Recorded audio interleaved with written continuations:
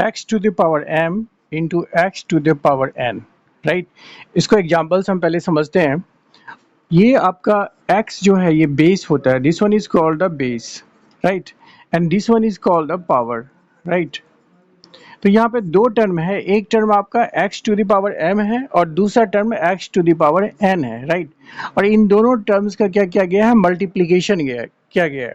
तो मल्टीप्लिकेशन होने पे कितना वैल्यू आएगा, अगर बेस सेम है, अगर बेस सेम है, राइट, अगर बेस सेम है तो बेस यहाँ पे कितना है, x है, कहने का मतलब सेम है, तो उस केस में जो पावर्स होते हैं बेस पे वो दोनों ऐड हो जाते हैं, राइट। तो x रहेगा बेस में और पावर क्या हो जाएगा, m प्लस n हो जाएगा। क्लियर।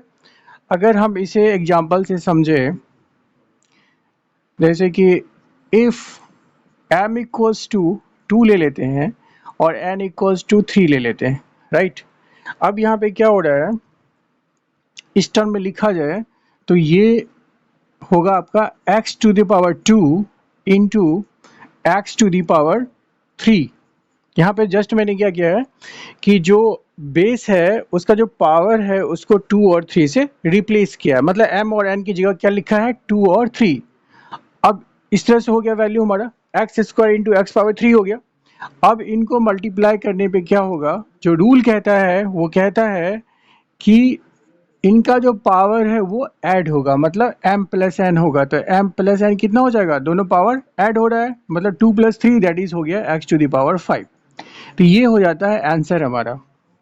तो ये जो हमने सीखा यहाँ पे, ये सीखा कि दो मल्टीप्लिकेशन हो, ठीक है, दो टर्म का अगर मल्टीप्लिकेशन है और बेस सेम है, राइट, तो उनके पावर्स क्या होते हैं, ऐड हो जाते हैं, राइट।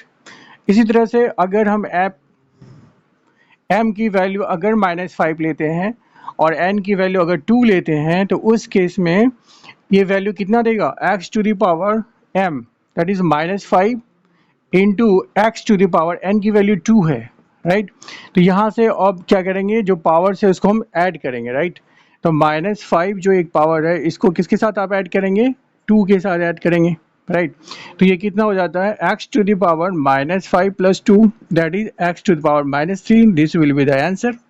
ओके, इतना होने के बाद अब हम समझते हैं कि अगर x का पावर m है, ठीक है, यहाँ मल्टीप्लिकेशन मैंने देखा है, अब इसको डिवाइड कर देते हैं, राइट। x पावर m और you can say x to the power m divided by x to the power n, right. इस केस में देखिए क्या होता है, यहाँ भी क्या है, ये कंडीशन तब लागू होगा जो अभी रिजल्ट लिखने वाले हैं, लिख ही देते हैं, x power m minus n होगा, राइट। ये तब कंडीशन होता है अप्लाई जब आपका बेस क्या हो, सेम हो। बेस यहाँ पे क्या है, यहाँ भी बेस क्या है, x है, राइट।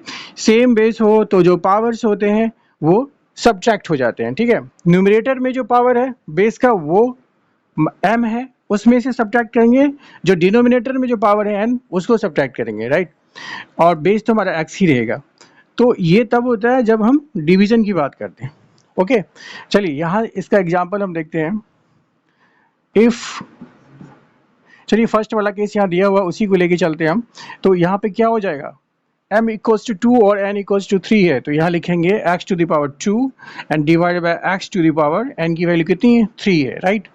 m और n की वैल्यू हमने रख दिया है 2 एंड 3, दिस वन।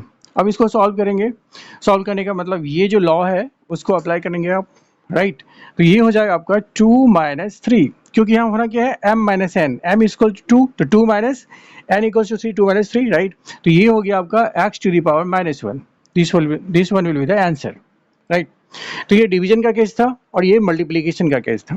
लेकिन हाँ, अगर बेस सेम नहीं है, अगर बेस सेम नहीं है तो उस केस में क्या करेंगे, आप ऐड नहीं कर सकते, ठीक है। फॉर एग्जांपल, अगर हमने लिखा x to the power m into y to the power m, right, x to the power m and y to the power n ले लेते हैं, राइट। अब यहाँ पे क्या देखते हैं हम कि यहाँ जो बेसिस है वो क्या है, डिफरेंट है, एक x है और एक y है। तो इस केस में ये लॉ काम नहीं करेगा, ठीक है। तो कहने का मतलब इनके जो पावर्स हैं, x और y के जो पावर्स हैं उसको आप ऐड नहीं कर सकते हैं, ऐसा नहीं कर सकते कि x y to the power m plus n, वो गलत होगा, राइट। तो वो सिर्फ और सिर्फ पावर कब ऐड होता है, जब आपका बेस सिमिलर होता है, सेम होता है, ओके। यहाँ बेस अलग होने की वजह से आप इन दोनों को ऐड नहीं कर सकते हैं, ठीक है। तो फिर कर क्या सकते हैं, एज इट इज आप लिख देंगे x to the power m into y to the power n, this will be the answer, right. Similarly division के भी केस में होता है, अगर हमने x to the power m लिखा है and divided by y to the power n लिखा है, तो इस केस में क्या है, bases are different because these are x and y, so we can not add और सब्ट्रैक्ट, राइट। तो ये क्या हो जाएगा, इतना ही हो जाएगा आंसर। अगर हम इसको लिखेंगे x power m divide by y power n ही रह जाएगा, okay, this will be the answer, okay. Thank you so much, and we will discuss the next part of this introduction section in the next video. Thank you so much.